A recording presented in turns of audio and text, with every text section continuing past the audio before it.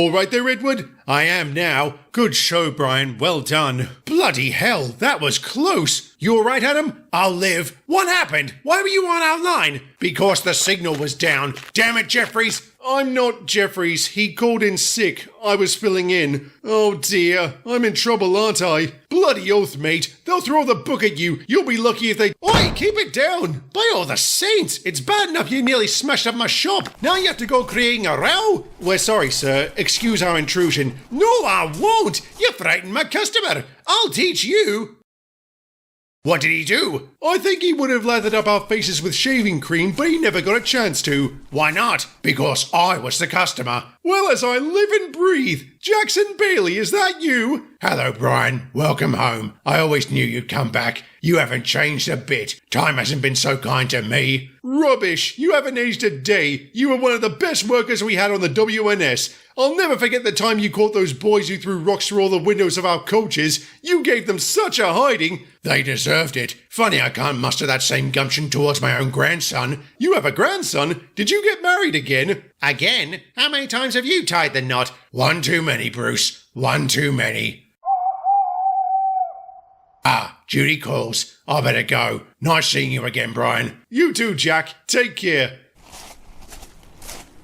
That man's a living legend, and I never knew he worked for your railway. When was that? When it first opened, he came over from the Mid-Sodor Railway and trained up the other fogmen. About a year later, his wife passed away. That's a sad tale, no mistake. And we were rather despondent after you disappeared. What happened? I remember you volunteering to be part of a goods train headed for Manchester because its original brake van had failed, but after you left, nothing. Well, on the way to Manchester, I was swapped over to another train that also had a dodgy brake van. Before I knew it, I was in Wales. I knocked about the coalfields until the end of the war before making my way to London. When the Big Four came about, I began working for the Middies. I served all over the city and outlying areas until the Second War to end all wars started. And then... I don't really know. What do you mean? I was in a pretty bad accident. It was so bad I actually have a large gap in my memory. I remember being in London during the Blitz, then nothing until I woke up in a workshop after the accident. That was 2 years ago. Bust my buffers! That's no gap, that's a chasm! It's frustrating is what it is. All those experiences gone, but I never forgot about any of you. Neither did your mates. Colin, Adam and Lily talk about you all the time. They did? Oh, bless them. I wish I'd done more to stay in contact, but I was so busy I never had the time. So how did you end up here? Ever since the crash I was working around the Midlands. Then one day, out of the blue, I decided I wanted to come home. I don't know why, but it was overwhelming. So I put in a request for a transfer, and here I am. And you picked a prime time to come home, old chap, given what's coming up. What's coming up? Wait, you don't mean... Godred's Day? Is that still celebrated? You bet. There's fireworks, a parade, parties, and this year being the 1000th anniversary, it'll be a massive shindig. 1000th anniversary? You're right, Edward. I couldn't have timed that better.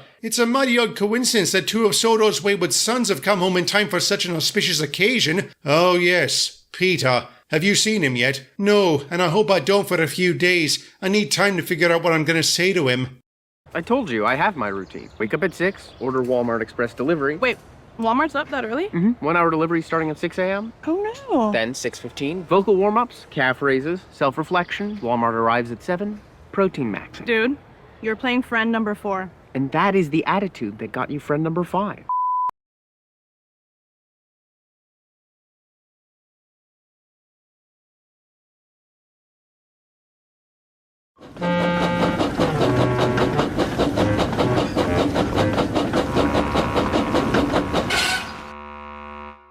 Oh, hi Douglas. By all the saints. Hi Peter. Long time no see. Yeah, real long time. How have you been? Fine, fine. Keeping busy. How about you? You must be happy to be out. You can't imagine, mate. It was nice sleeping out under the stars. Under the stars? Did you spend last night outside? Yeah, I was at Arsborough. I just wanted to be alone. Understandable. How was it? Wonderful. The peace, the privacy. I might keep doing it. I know not everyone's happy I'm back. Gordon? How'd you know? I figured he wouldn't be. He never forgave Adam after all. How's he doing these days? Oh, bollocks. Do I really have to be the one to tell him? Tell me what? Did something happen? Aye, he passed away a few years ago. He came down with mental fatigue and chose the final firing. Oh, that's...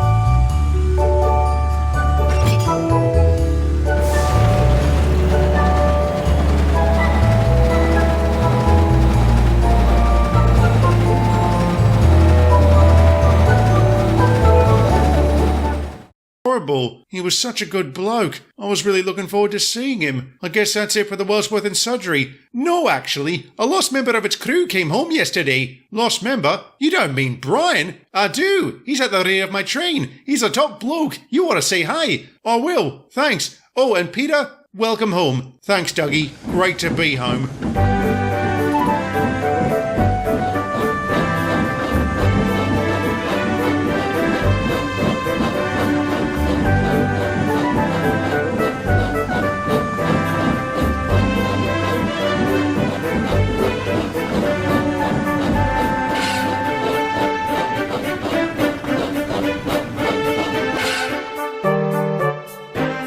Hello there, I'm Peter. Are you Brian?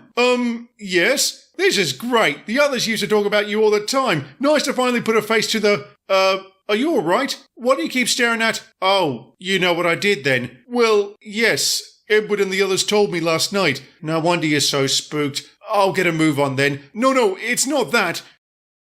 It's not entirely that. Do you have a twin brother by any chance? No? Why? Last year I was working around the Midlands and I met an engine who looked and sounded exactly like you. He called himself Alan. Really? There's another non-Faceless 8F out there? They said I was the only one. If I do have a twin, I've never met him, but I can tell you that wasn't me last year. I would have been in Railgate. Aye, 15 years. I didn't think an engine could get such a long sentence. Not under British law, but I was convicted under international criminal law. Different jurisdictions, different punishments, and I deserve worse than I got. So you feel bad about it? That's good. It means you're not a monster. I don't think the families of my victims would agree. Some of my colleagues sure as hell don't.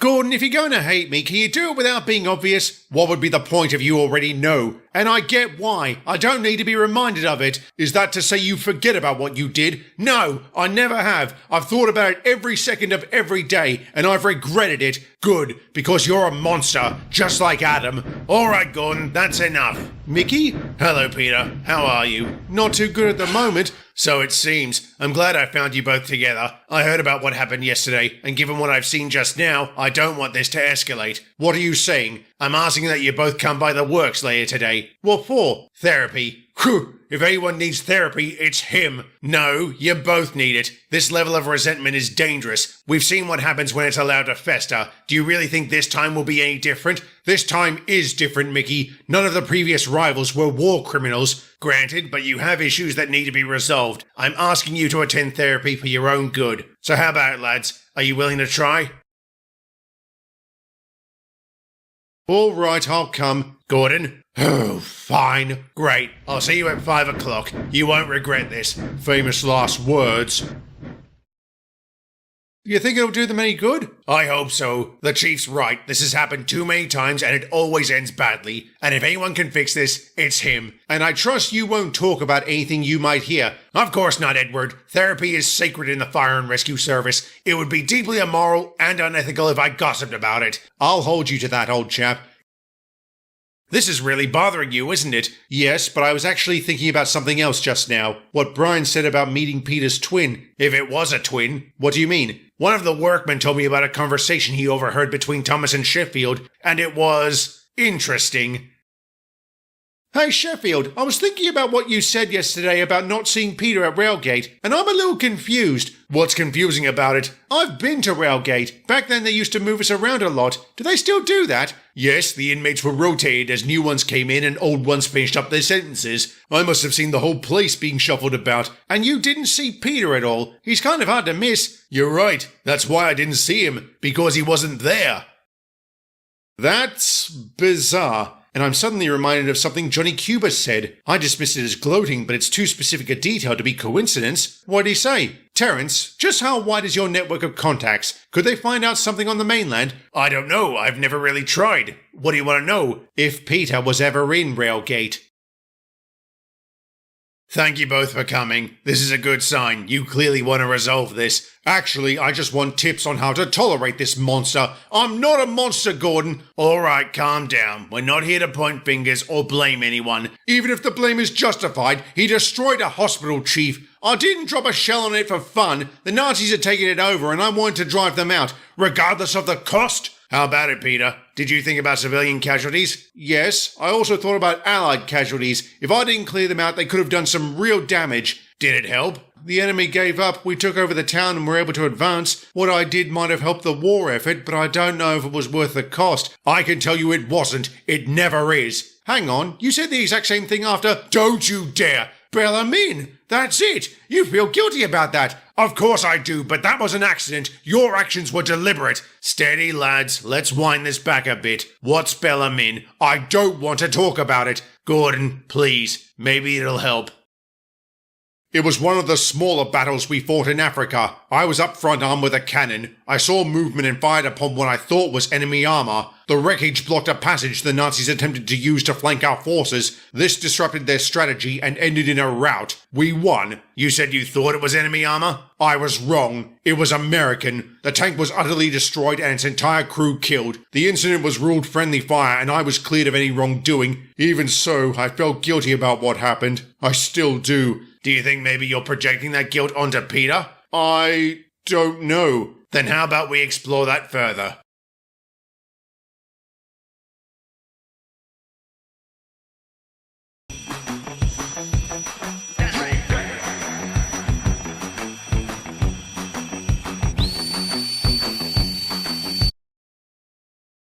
I remember that all too well. Gordon was beside himself for weeks afterwards, and we don't need his business bandied about. Sorry, I couldn't help it. I'd just woken up. It's all right, but don't mention it to anyone else. I won't. Mum's the word. Very good. How's your valve gear, by the way? A lot better.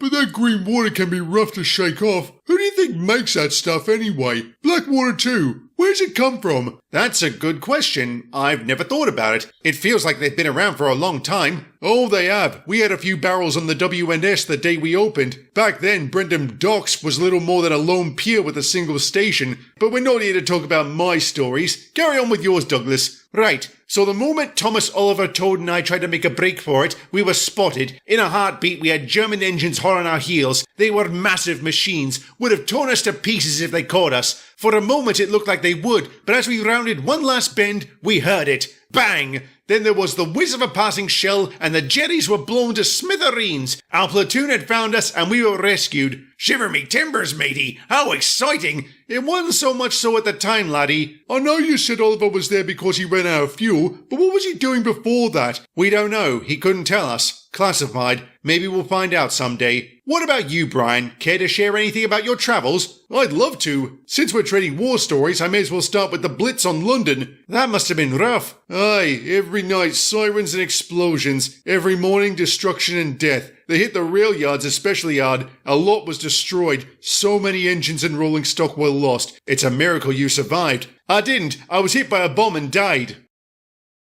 What kind of a sick joke is that? Honestly, I never thought... Brian, are you listening? Wait, what? I said what kind of a sick joke was that? It wasn't. What? Edward, I died. I was struck by a bomb. I saw it coming. I couldn't do anything but scream.